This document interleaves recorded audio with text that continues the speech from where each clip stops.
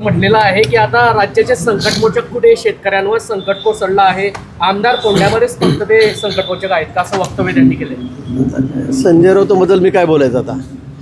कुठे म्हणजे काय, ते राज्यातच आहेत, तुम्ही बघतायत रोज. नाशिक जिल्ह्यामध्ये, जळगाव जिल्ह्यामध्ये शेतकऱ्यांना भेटतोय, बोलतोय. संजय राऊतांना माझ्याबद्दल काय एवढा पुळकाला मला कळत नाही. सरकारसाठी ते संकटमोचक असल्याचं चित्र दिसतं आहे असं संजय राऊत म्हटले. सरकारसाठी म्हणजे सरकार पक्क करण्यासाठी आमदारांना जवळ करतायत. जिल्ह्यातील काही मंत्री असतील, आमदार असतील, आता भाजपमध्ये प्रवेश करणार आहेत, त्यासाठी गिरीश महाजनांच्या संपर्कात आहेत. मला वाटतं संजय राऊतांनी त्यांच्या पक्षातले आमदार, खासदार कोण असतील त्याला सांभाळून ठेवावं. नगरसेवक आहेत काही आता महापालिकेमध्ये, थोडेफार बोटावर मोडण्यासारखे, त्यांना सांभाळून ठेवा ना.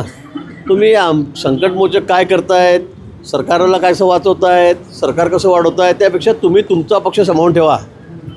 आमच्याकडे तर खूप आहेत, 75% लोक तर आमच्याकडेच आहेत.